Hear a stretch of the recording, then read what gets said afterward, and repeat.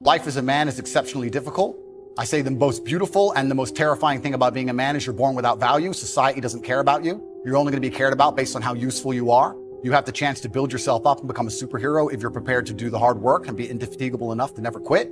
But if you're going to stand around and wait for a handout, nobody's going to ever respect you. And I think that a lot of people have forgotten about how difficult and how competitive it is as a man. We're always in constant competition with each other. And it's your duty as a man to stand up and say, I want to be as important and strong and good-hearted and God-fearing as possible. And I need to work hard to achieve those things. And the dangerous thing about overly emotional men is that they're dangerous. They're genuinely dangerous. This is what's crazy. All these people who talk about toxic masculinity and how bad it is for men to be traditionally masculine. A traditionally masculine man does things he doesn't feel like doing because it is his duty to do that. He charges into the burning building because it is his duty. Not because he feels like it, because it is his duty. We're now teaching the new generation of men that they don't have duty and they can just act on their feelings and act how they feel, and they don't have to act as a man should. Do you know what happens when you get men who just act how they feel? You get school shooters, you get violence. Men who do not control their emotions are dangerous. If you find a man who is stoic, he's not going to hurt people. He's going to sit and think about his actions very carefully, and he's going to be a good man who protects and provides for his family. You find a man who just acts out on impulse and does whatever he feels like, you're going to find a dangerous man. Sitting here telling men to cry more and act with their feelings and it's okay to feel this way, that way, etc., and have no self-control. That is why we have the problems we have in the world. Absolutely not wrong. So when they talk about toxic masculinity, they have it completely inversed on its head, completely not wrong. We need to be teaching stoicism. We need to be teaching young men to understand that the world is very, very difficult. It's hard to be a man. You're going to feel bad sometimes. You just suck it up and perform anyway. Not to sit there and cry your eyes out or blame other people. And when bad things happen, they call traditionally masculine men. If you need a firefighter, you need a masculine man. When you call the police because of the problem you had, you want masculine men. And as soon as a woman or a man is in trouble, when you look for backup, you look for masculine men. And masculine men have a duty to provide and protect those they care about. We have a duty to do things we don't feel like doing because we know we're supposed to do them. And that's why we stayed in the Titanic and died. The real problem with the world is that there's an epidemic of cowardice, man. Men are cowards. We have an epidemic of cowardice. Everybody is so afraid. It's on the other side of fear that you're going to garner the respect of other individuals. You have to do things that they're afraid to do, meaning most likely you are also afraid. I've done a bunch of shit. I was afraid 87 times before I got in the ring and cage. It's scary, right? I lived a scary life. But by going through all of that, I am now respected. You have to learn to face your fear. I'm not saying not be afraid, because that's not brave. If you do something and you're not afraid, you're not brave. You have to be afraid and do it anyway. That's what courage is. So I'm not saying you can be as scared as you want, but you still have to go. We're living inside of a video game. Because in a video game, you're going to go through trial and tribulation. You're going to struggle to upgrade your character. And the reason you upgrade your character is when you get more stats, you can complete more difficult levels within the game. Life is exactly the same. The levels never end, but as you become better, you stand a better chance of completing them. So as you upgrade your character, you get further and further in the game, but the game never ends. That's the beauty of being a man. All these men are out here complaining that things are difficult. The reason it has value is because it's difficult. If it was easy, everyone would have it and it wouldn't have any value. Complain that it's hard to get a Lambo. The reason having a Lambo is cool is because nobody has a Lambo. How are you going to complain that it's hard to be the man, but then also understand that being the man has value? They are linked. You cannot separate the two. It's a logic fail. If you love the fact, if you love the idea of being that character you dream of yourself to be, then you should love the fact it's hard to become that man, because it means no one else can do it. There's no light without dark. You will not appreciate your six-pack unless you didn't have one and you had to earn it.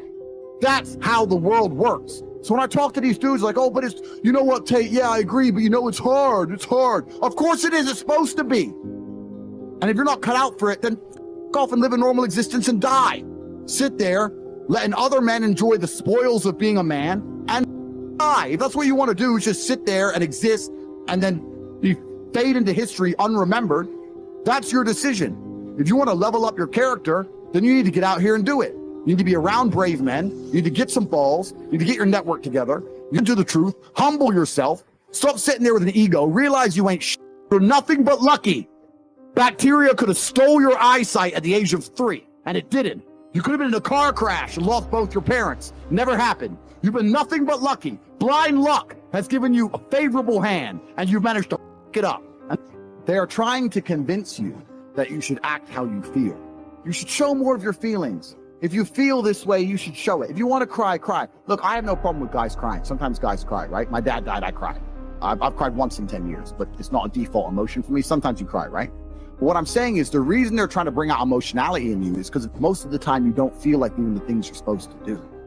But the true masculine frame throughout history was doing the things they didn't want to do, but they knew they had to do because they had honor and duty. That's what honor and duty means. Do you think the men on the Titanic wanted to stay on the Titanic? No, we're men. We have to stay. We're scared, but we must. It's our duty to let the women and children on the lifeboats. This is masculine duty. When you remove self-control from men, you get, not only do you get emasculated weak men, but what you also get is very dangerous men. Because the world at large is trying to tell you, just be more in touch with your feelings and everything's gonna be fine.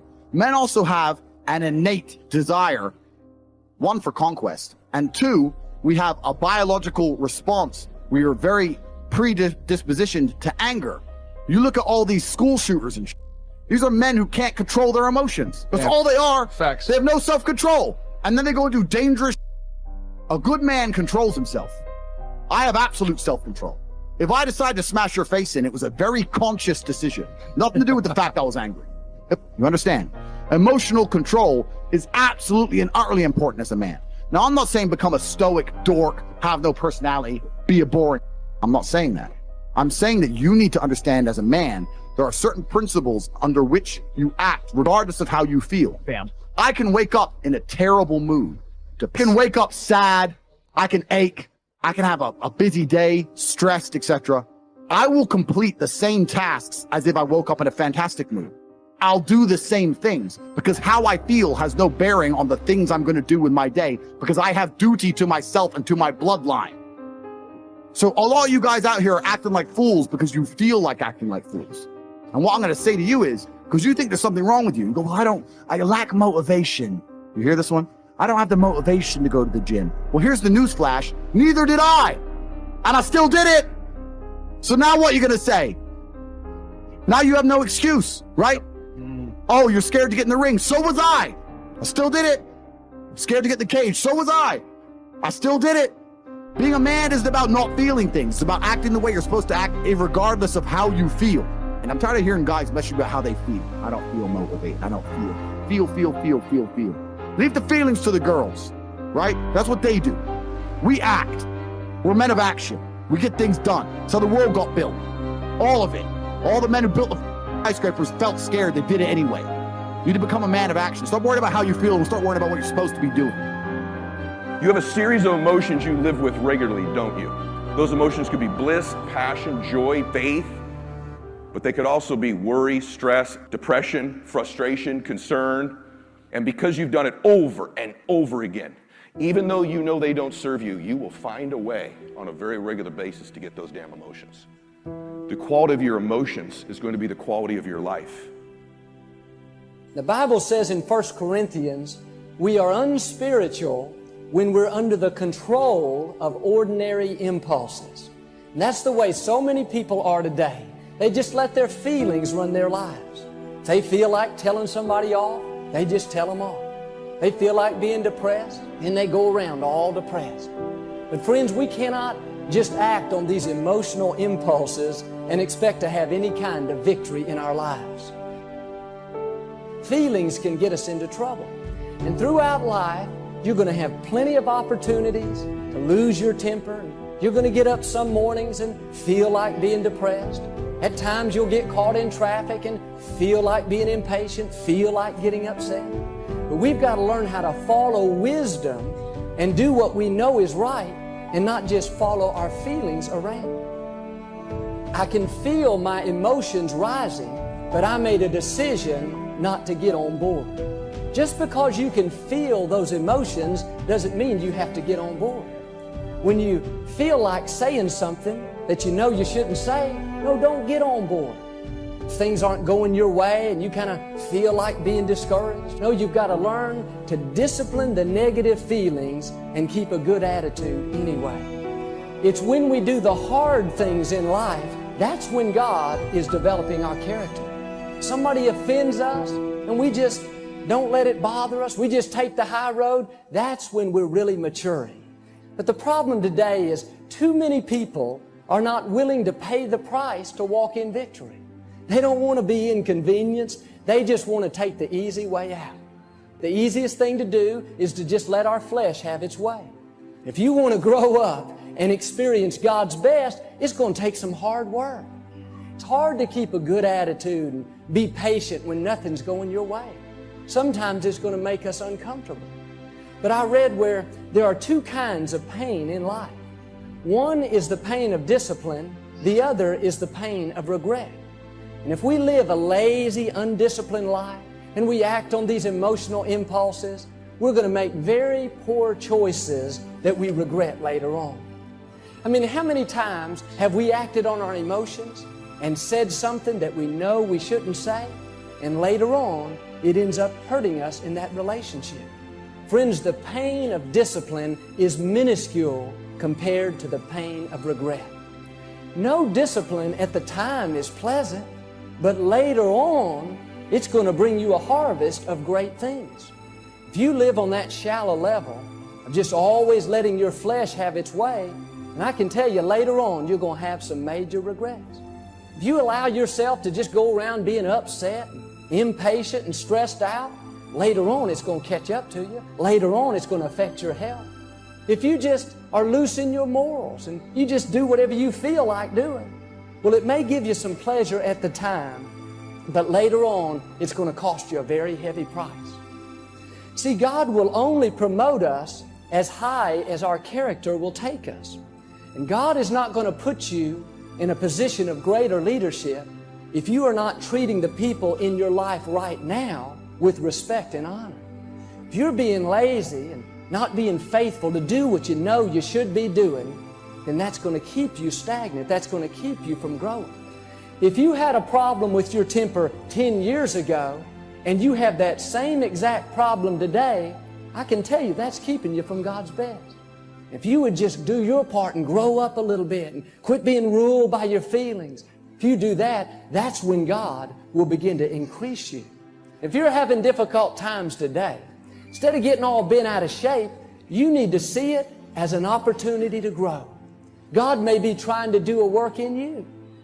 If you find yourself always being around people that offend you and you're always getting your feelings hurt, well, there's a good chance that God is trying to teach you to quit being so touchy. If you find yourself around people that are always rubbing you the wrong way, always irritating you, God is trying to teach you how to love the unlovely. He's trying to teach you a little bit about patience. Well, God, if you just ever change these kids, that's why I'm always upset. Now, let me tell you a secret. God is not going to change your children until you first allow Him to change yourself. And instead look inside and allow God to do a work in you. Then God will change the circumstances. Then He'll change those other people. As long as we're not passing the test, then we're going to have to take it over and over again. In 1 Peter chapter 4, verse 12, don't be surprised at the fiery trial that you're going through. It is only to test your quality. You see, when we go through times of pressure, it shows us what we're really made of. It shows us areas we need to improve. And unless we learn how to rule over our emotions, make the right choices, keep a good attitude, then we're not going to get out of that situation. God loves you too much to just leave you alone. He sees your potential. He is going to constantly be pushing you and testing you and giving you opportunities to improve. The next time somebody does you wrong and you're tempted to get upset and lose your cool, no, you need to see that as an opportunity to grow. If you'll keep a good attitude and do the right thing, you know what? You will pass the test and God will promote you. Don't get on board with your feelings. See, we cannot control every circumstance in life, but we can control how we respond to those circumstances. When you feel your emotions rising up, instead of just praying, God, get me out of this situation, God, change everything, no, you need to learn to pray, God, help me to remain calm.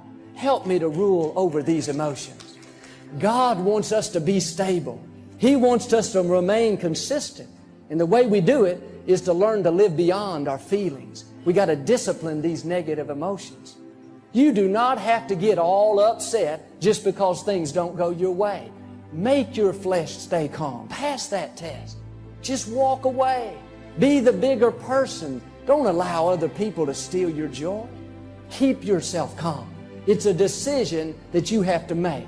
God is not going to make it for you. You've got to discipline yourself.